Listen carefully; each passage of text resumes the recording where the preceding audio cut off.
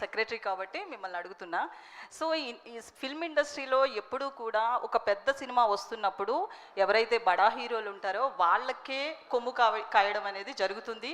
అది ఈ మూవీకి కూడా ప్రూవ్ అయిందని కొంతమంది మాట్లాడుతున్నారు. అంటే December 12న ఒక 16 సినిమాలు చిన్న సినిమాలు రిలీజ్ అవ్వాల్సి ఉంది మీ సినిమాతో సహా.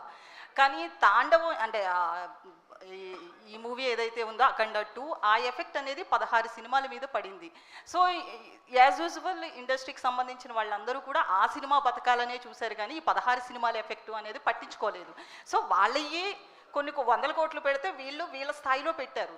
బట్ ఎప్పుడు కూడా చిన్న సినిమాలకి ఎప్పుడు కూడా ఒక సపోర్ట్ అనేది దొరకదు అనేది మరోసారి ప్రూవ్ అయింది అనేది సోషల్ మీడియాలో కనిపిస్తుంది. సో దీనికి ఏమంటారు సార్ మీరు? అంటే ఏ రకమైన సపోర్ట్ అంటే ఒకటి ఏంటంటే అది వ్యాపారమే, సరే వాళ్ళు అన్నట్టు పెద్ద హీరోలు అది వ్యాపారం. అట్ ద సేమ్ టైం 2 కోట్లు పెట్టించినా 3 అయినా 10 అయినా 5 అయినా ఇది వ్యాపారమే.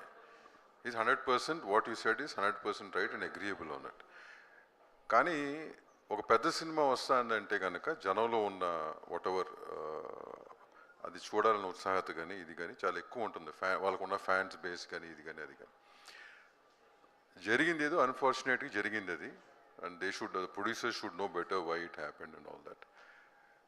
ఇప్పుడు నేను అన్నా కదా 25th రిలీజ్ చేద్దాం అనుకుంటే 12th వచ్చాను నేను. నౌ ఐఎమ్ గోయింగ్ మేము ఎంత జోవియల్గా మాట్లాడినా కానీ it's a burden, right? Definitely a burden. నేను ఆ 25th ఆగి ఉంటే కనుక నేను దాని ప్రకారం ప్లాన్ చేసుకునేవాడిని. 12th కాబట్టి మూవ్ అవ్వాల్సి వస్తుంది. సో అట్లా నువ్వు అంటే 10 సినిమాలకి ఉంటుంది. కానీ they is nothing much we can do అమ్మా. ఈ ఇండస్ట్రీలో ఎవరికి వాళ్ళే what you call their business and their this thing, that's how it is. It's been for past for so many few years now. So అంతేగాని దానికి మనం solution అంటావా? Solution చాలా మాట్లాడుకుంటాం మా ఛాంబర్లో, 100 సొల్యూషన్లు మాట్లాడతాం. ఆ సొల్యూషన్లు 1 నెల రోజులు చేసిన తర్వాత మళ్ళీ మావులే. So basically it is so unorganized. It is the most unorganized industry in all aspects and that's how it is. So let is not this how it is. So దానికి పెద్ద మనం ఏమి